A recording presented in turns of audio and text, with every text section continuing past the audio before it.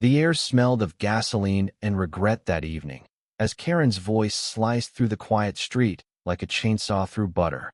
"You think you're cool with that death trap, huh?" she bellowed, her chins quivering with righteous fury, pointing at my motorcycle like it had personally insulted her ancestors.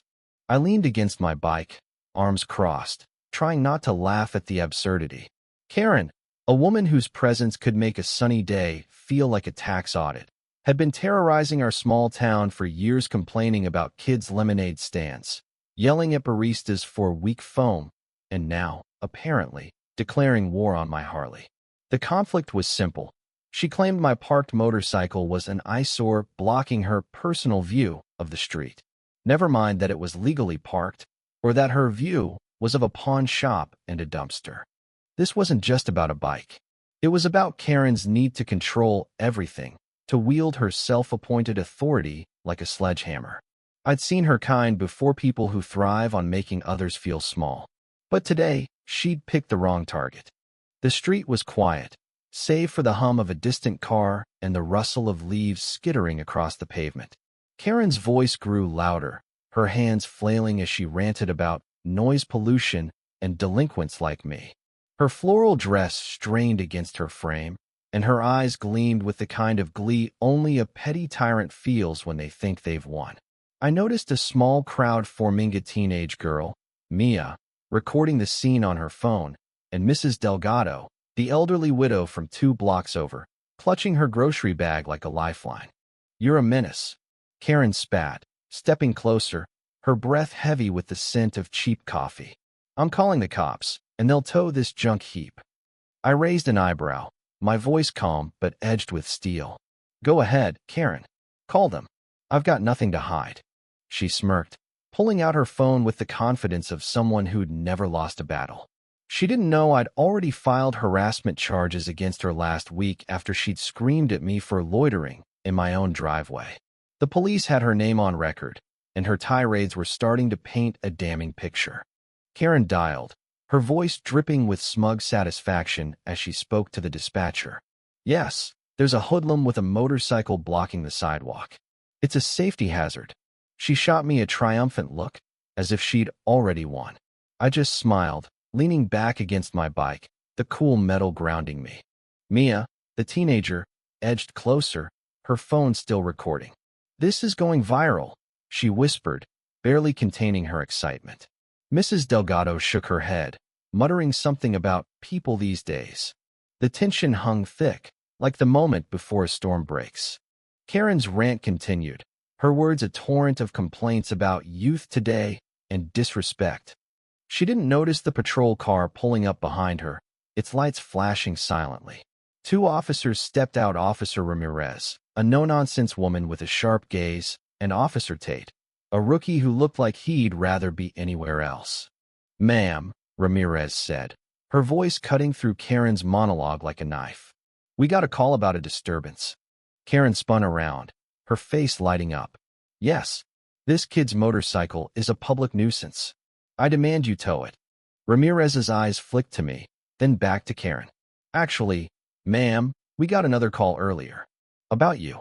Karen's smugness faltered, her mouth opening and closing like a fish out of water. "Me? What are you talking about?" I stepped forward, my voice steady. "I filed a report last week, Karen, about your harassment, and I've got witnesses." I nodded toward Mia, who waved her phone, and Mrs. Delgado, who nodded solemnly. "You've been screaming at me, my neighbors, even kids on their bikes. It's documented." Karen's face turned beet red, her hands clenching into fists. "This is outrageous. I'm a law-abiding citizen. He's the one breaking the law." Ramirez raised a hand, silencing her. "Ma'am, we've had multiple complaints about you. Harassment, public disturbance, even threatening behavior. You're coming with us to answer some questions." The crowd gasped. Mia's phone was still rolling, capturing every second of Karen's unraveling. Mrs. Delgado crossed her arms, a faint smile on her lips. Karen's eyes darted around, searching for an escape, but there was none. "You can't do this," she shrieked, her voice cracking. "I know my rights."